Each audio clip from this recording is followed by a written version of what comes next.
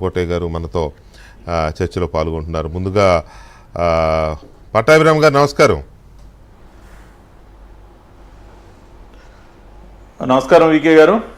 First of all Amaravati పనులు మళ్ళీ ప్రారంభించడానికి ఆగిపోయిన అమరావతి నిర్మాణ పనుల్ని మళ్ళీ నిర్మాణాన్ని ప్రారంభించడానికి ప్రభుత్వం తీసుకుంటున్న యాక్షన్ ప్లాన్ ఏంటి?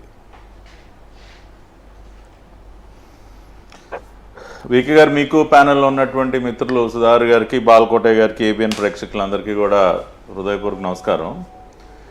మనందరికీ తెలుసు, గత ప్రభుత్వం ప్రజా రాజధాని అమరావతిని ఒక శ్మశానంగా, ఒక పనికిరాని ముంపు ప్రదేశంగా, ఒక బీడు భూమిగా రకరకాలుగా దానిని మార్చే ప్రయత్నాలు చేసేసింది.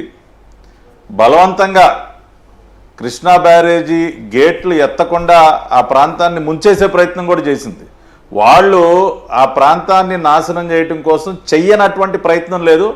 కానీ ఆ భగవంతుని ఆశీస్సులతో, కోట్లాది మంది ప్రజల ఆశీస్సులతో అమరావతి రాజధాని అవన్నీ తట్టుకుంది. ప్రజా రాజధాని అమరావతి. అక్కడ రైతన్నలు చేసినటువంటి ఉద్యమం అది రాష్ట్ర చరిత్రలోనే కాదు, దేశ చరిత్రలోనే నిలిచిపోయేటటువంటి అతి గొప్ప ఉద్యమం. సో రైతన్నల ఉద్యమం, ప్రజలందరి ఆకాంక్ష, దేవుని ఆశీస్సులతో మనం ఆ ప్రాంతాన్ని కాపాడుకోగలిగాం.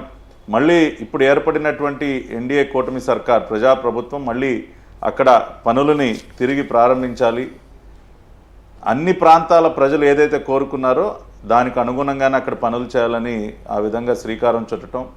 మొన్న బడ్జెట్లో మనం చూసాం వికే గారు, 15,000 కోట్ల రూపాయలు మరి అమరావతి రాజధాని నిర్మాణానికి సంబంధించి కేటాయింపులు చేయటం. నిర్మలా సీతారామన్ గారు కూడా బడ్జెట్ ప్రవేశపెట్టిన తర్వాత మీడియాతో మాట్లాడుతూ చాలా స్పష్టంగా చెప్పారు, ఇది పూర్తిగా కేంద్ర ప్రభుత్వ గ్యారంటీతో ఒక రకంగానే గ్రాంట్గానే మీరు దీనిని పరిగణించవచ్చు అని చెప్పి ఆవిడ కూడా చెప్పడం జరిగింది. మరి 2 రోజుల క్రితమే ప్రపంచ బ్యాంకు, అదేవిధంగా ఏషియన్ డెవలప్మెంట్ బ్యాంకు ఏడిబి, ఈ 2 బ్యాంకుల ప్రతినిధులు వచ్చి అమరావతి రాజధాని ప్రాంతాన్ని అంతా కూడా పరిశీలిస్తున్నారు. సిఆర్డి అధికారులతో సమావేశమయ్యారు. ముఖ్యమంత్రి చంద్రబాబు నాయుడు గారితో, మున్సిపల్ శాఖ మంత్రి నారాయణ గారితో సమావేశమయ్యారు. అక్కడ ఉన్నటువంటి ప్రాజెక్ట్ డిపిఆర్స్ అవన్నీ కూడా పరిశీలిస్తున్నారు. అతి త్వరలోనే మరి ఆ ఫండ్స్ రాష్ట్ర ప్రభుత్వానికి రిలీజ్ అవడానికి అన్ని అవకాశాలు ఉన్నాయి. కాబట్టి అన్నీ కూడా చాలా వేగంగా మళ్ళీ అమరావతి రాజధాని నిర్మాణాన్ని పట్టాలెక్కించడానికి అన్ని రకాలుగా కూడా ఈ కూటమి ప్రభుత్వం ముందుకి అడుగులు వేస్తుంది. ఇక్కడ ఇంకొక విషయాన్ని కూడా గుర్తు చేయాలి, మీకు కూడా గుర్తుండే ఉంటుంది. గతంలో కూడా మేము ప్రపంచ బ్యాంక్ నుంచి రుణాన్ని సంపాదిస్తే 2019లో జగన్ రెడ్డి సర్కార్ వచ్చిన తర్వాత మాకు ఆ డబ్బులు కూడా అక్కర్లేదు, ఆ లోన్ అక్కర్లేదని చెప్పి వెనక్కి తిప్పి పంపించినటువంటి ఉదంతం. కేంద్ర ప్రభుత్వం కూడా డబ్బులు ఇస్తాం